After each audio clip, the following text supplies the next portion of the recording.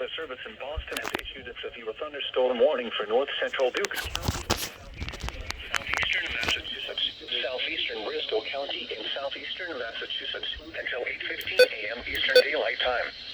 At 7:13 a.m. Eastern Daylight Time, a severe thunderstorm was located near Mattapoisett, or 7 miles south of Marion, moving east at 30 miles per hour. Hazards include 60 miles per hour wind gusts and penny-sized hail. Expects damage to trees include 60 miles per hour wind gusts and penny-sized hail. Expects damage to trees and power lines. Locations impacted include New Bedford, Barnstable, Dartmouth, Falmouth, Brewster, Marion, Yarmouth, Sandwich, Bourne, Fairhaven, Dennis, Mashpee, Harwich, Acushnet, Mattapoisett, Gosnold, and Hyannis.